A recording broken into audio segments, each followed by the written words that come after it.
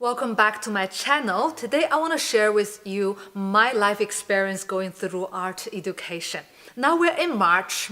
April is this time of the year. All the deadlines of art schools are closing, and it's the time that you have to make the most crucial decision in your life so far, whether you should go to art school or not. So I want to dedicate this week talking about the pros and cons and the facts and realities of studying at art schools and if art school is for you or not.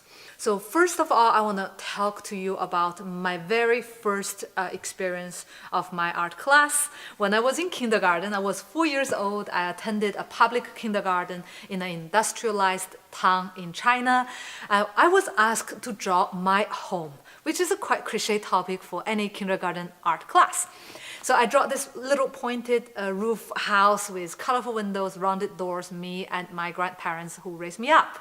I was very proud after I showed my class and I showed my teacher this drawing, and I asked her, if she had liked it. And she asked me, "Does your home have colorful windows like this?" And I shook my head. I said, "No." And she said, "Okay, now go back to your desk and draw again correctly." I was quite disappointed. I was very sad, and this has left a mark in my memory. And that was the only experience I remembered when I was 4 years old, when I was in kindergarten. And fast forward 15 years later, I attended one of the most prestigious art academy in China called Central Academy of Drama. It's for dramatic arts. I majored in film production. And the professor who taught us production management is the professor also responsible for the whole class during the 4 years. He taught us the first lesson. He said, "Your guys has done a great job getting into this best academy of dramatic arts. But I want to tell you one thing is don't daydream and don't idealize, romanticize your profession. You are a producer, you are a production manager, you are managing a large team, you have to be responsible, managing millions of dollars, and you have to do your groundwork, do your math, and put one foot in front of another. I tell you one thing, to invest in TV right now, TV series is around 15%, but to invest in supermarkets, you can easily secure the 15%.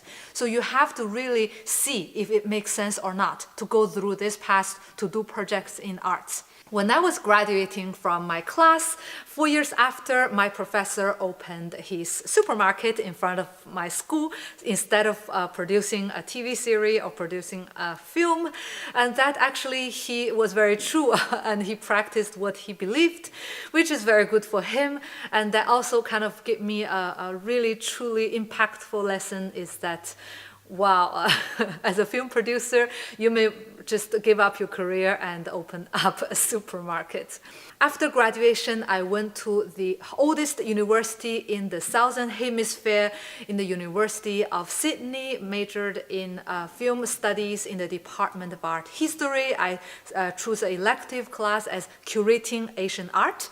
In this class, we were given a lot of reading materials. In one reading material I read this shocking fact that when 100 years ago in Paris, when they were holding the first art exhibition of Asian art in Europe, they considered at that time Asian art as natural art, not fun art. Although we had a long history of calligraphy, of elaborated paintings, drawings, and sculptures, we were not considered human art. We were considered like monkey art, like if, not done by humans.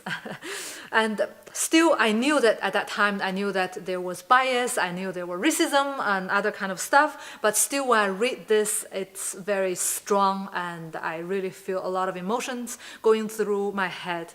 And it all kind of makes sense, all the things I have learned, it's shaped who I am. And the very first lesson I learned when I was 4 years old is that no matter how much love and heart you pour into your art, the moment you present it to the world, you give it, you push it out there, and it's out of your hand.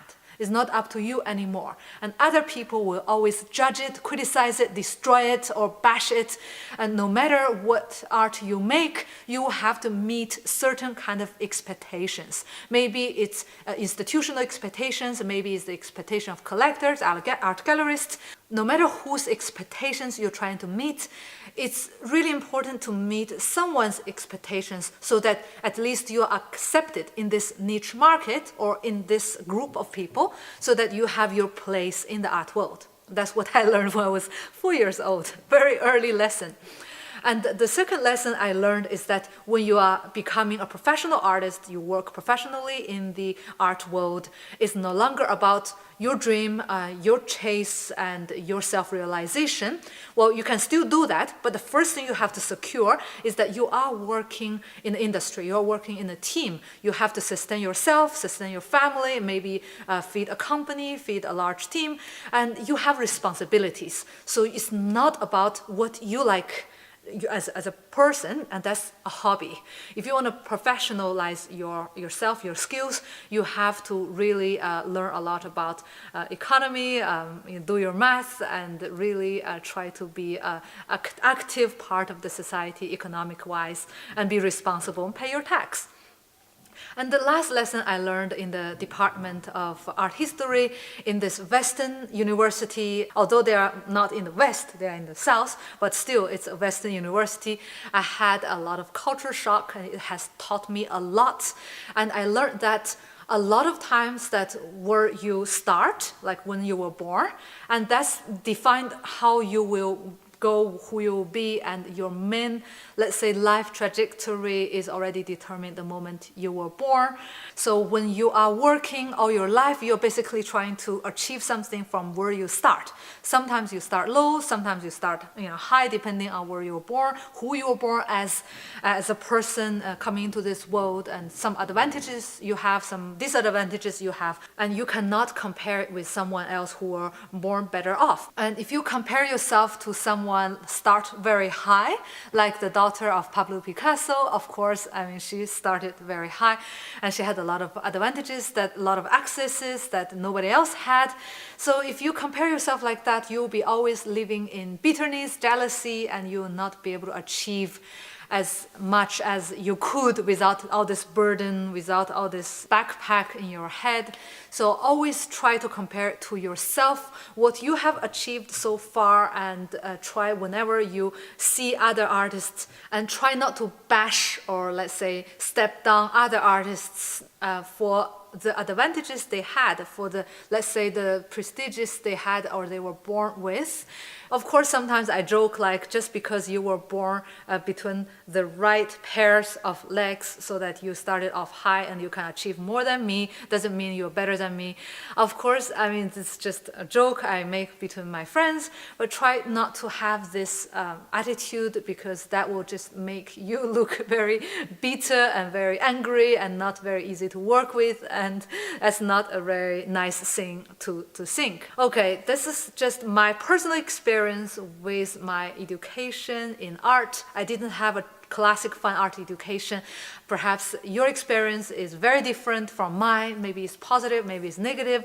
I would like to hear your story about your first art class or your art university, academy experience, whether art school is worth it for you or not. Please share your story, leave a comment below. Thank you very much for listening to me, and see you in the next video.